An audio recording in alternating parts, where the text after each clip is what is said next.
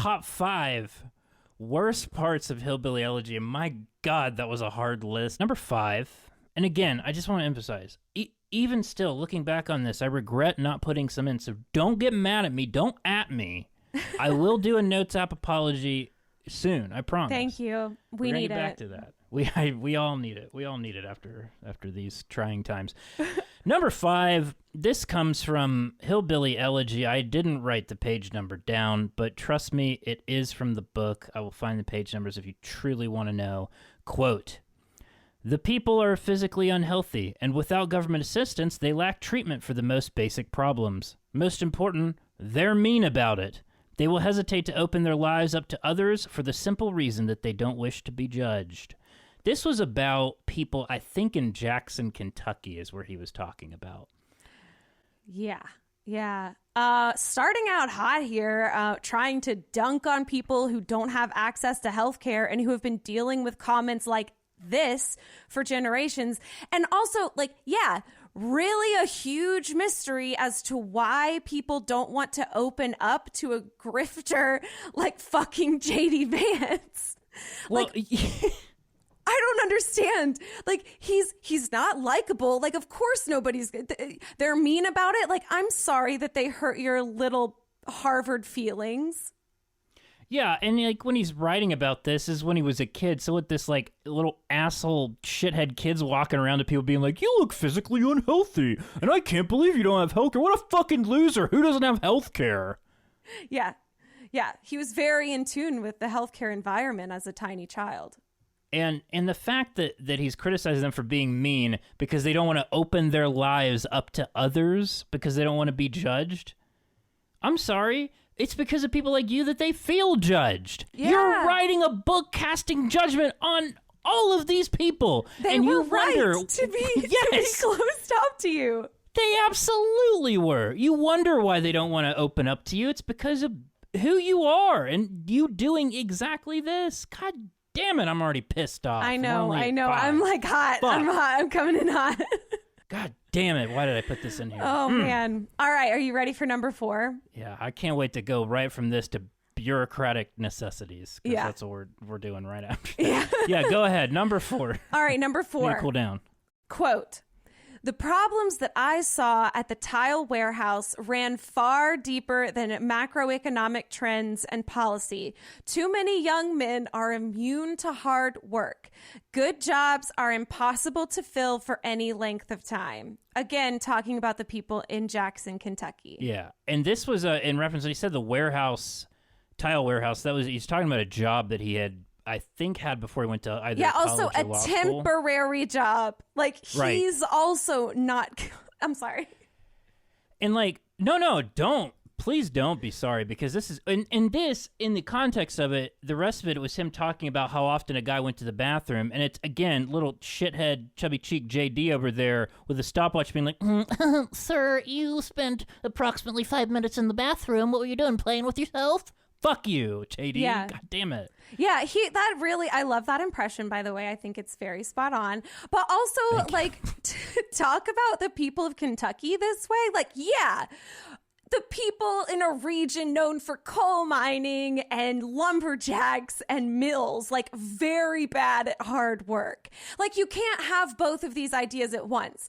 He's saying that they're the people who are in these jobs of mining, and they're pigeonholing us into these ideas of what they think Appalachia is, but also being assholes about it and saying that we actually can't do hard work. So which is it, Republicans? Can we do hard work or can we not? And it's just the absolute hypocrisy in this is astounding. God, I hate him. Oh, the hypocrisy is one of the best parts, because you look at how lazy he's been campaigning for his Senate seat, how he only waited until about the last 3 weeks to even bother gracing the state of Ohio with his presence. Yeah. And he's like, "Oh, well, too many young men are immune to hard work." Well, okay, buddy. This is from one temporary job at a tile factory. Okay, Yeah. Thank you for that. Very helpful. Moving along, though, because I could spend hours on all of these. Mm-hmm. Number 3, While passing a small 2-bedroom house, I noticed a frightened set of eyes looking at me from behind the curtains of a bedroom window. Again, this is in Jackson. My curiosity piqued. I looked closer and counted no fewer than 8 pairs of eyes, all looking at me from 3 windows with an unsettling combination of fear and longing. On the front porch was a thin man, no older than 35, apparently the head of the household. Several ferocious, malnourished, chained-up dogs protected the furniture strewn about the barren front yard. When I asked Rick's son what the young father did for a living, he told me the man had no job and was proud of it. But he added, they're mean, so we just try to avoid them. That house might be extreme, but it represents much about the lives of hill people in Jackson. He writes this like a fucking Stephen King novel. Like if you read this in the voice that you do some of our ads in, like while passing a small 2-bedroom house. Like the whole, it reads to me, it literally reads like a zoo attraction from like an 1800s newspaper, like talking about how these malnourished, like ape-like people are scaring this young man from northern Ohio. Like it's that plus Stephen King. Like fuck this guy. Yeah, it's like a horror story, and the monster in the story are poor people. Like, first of all, he's also reading this like it's a Bugs Bunny cartoon, and it's just a black pane with eyeballs lit up all throughout the house. Like, okay. But second of all, this is one-off story about a house in a neighborhood, and his uncle told him, oh, that guy doesn't have a job and he's proud of it. And that anecdote from an uncle has informed his whole worldview about this place. All hill people are like this one guy who has these starving kids in here. Yeah, and he also, doesn't like to work, but he's mean and he's proud of it. And we don't even know if that's true. No, we don't. He judged the shit out of this person and didn't even bother to talk to them. Right. Did not ask him any questions. Like, it's like, you know, this guy could have any number of circumstances or disabilities or anything. And these kids, maybe he's taking care of kids from his, from like cousins or siblings. You know, we have no idea this person's situation. And like, this just goes to show it's that saying, like, never ever think that somebody else isn't going through something. Every single person on this planet is going through something difficult. And to cast judgment on people like that is grotesque. It really, really is. Yeah, and grotesque should have been his middle name. Yeah. But sadly, here we are. And I don't have anything else to say about this because it speaks for itself of how much of a judgmental prick he is. And I will also point out, almost all of these quotes come within like the first 30 pages. Yeah. He really comes out swinging. Yeah, Are you ready for number 2? I am not prepared, but go ahead. Okay. Once again, about the people of Jackson. This is a short one, but it's real bad. Quote, its people are hardworking, except, of course, for the many food stamp recipients who show little interest in honest work. If there's one consistent theme in this man's life, it has been shitting on people who take food stamps, who are on the welfare system. And he knows nothing about their lives. Also, like, there's a requirement that if you're on food stamps that you're working to obtain a job. Like people don't just get this. It doesn't make any sense. This guy is an asshole. Reading these again just reminds me how much we really need to mobilize the people of Ohio. This man should not be a senator for the United States who thinks about this is more than 40% of our population are people who have been on food stamps or have had some sort of interaction with them in their lives or are currently on them. Like, this is so many people, and he's just writing them off, and it's so upsetting. It's like giving me heartburn. He is truly infuriating, and it's just like, it's so judgmental, and it doesn't take into account anything except his own anecdotal experience. Nothing else. Yeah, no facts, no data. Exactly. He saw one person abusing the welfare system and took that as gospel. And yeah, hell yeah, there's people that abuse the welfare system. There's people that abuse every single system of government ever in the history of government. Like, that's the facts. But it's not a majority. It's, in fact, a small minority that informs a worldview held by many Republicans and conservatives that's just completely out of step with reality.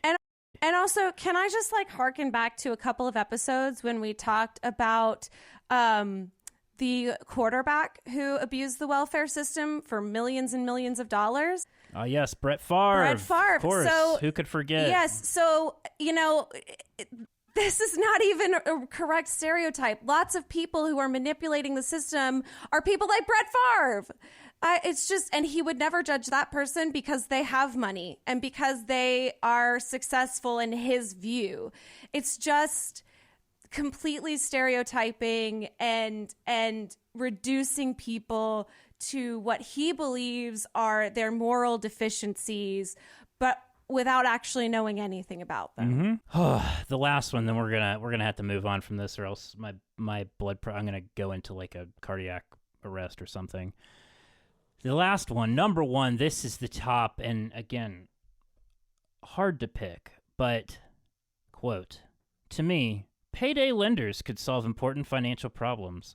My credit was awful, thanks to a host of terrible financial decisions, some of which weren't my fault, many of which were." Oh, so you don't want to shoulder all the blame like you do for everybody else? Okay, great.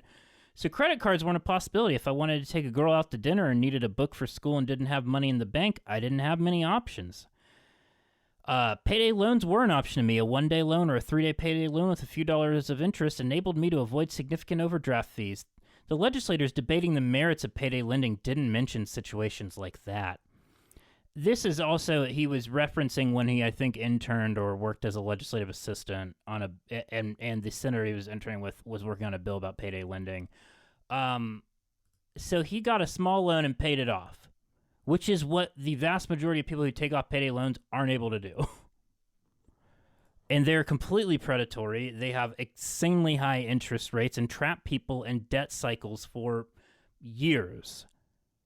Ask anyone. This is just an absurdly bad take. This is, again, a one-off example, a one-off anecdote about something that benefited him without any information to the contrary and just operating off of that. Him, a white male in Ohio. Oh, God damn it. I'm so... Okay. Yeah. I mean, it really is like a classic. It didn't impact me, so I don't care about it, or I think it should stay because I was able to benefit from it. And that's a really, really privileged stance. And, of course, J.D. Vance, king of privilege, without acknowledging it. It really is sad to me that is potentially going to be a senator, as somebody who thinks that payday loans, as they exist now, are a good thing when they have. You're right, they entrap people, sometimes for decades.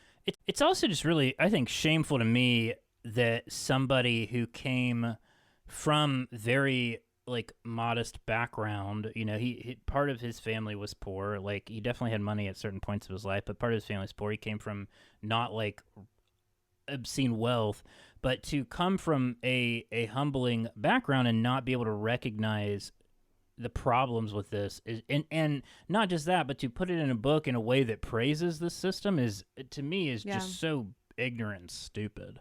Yeah, elevating payday lenders while shitting on poor people. Yeah, what a guy. Man of the people, J.D. Vance. There you go, folks. That's it. Oof, that was hard. That was a tough one to get through.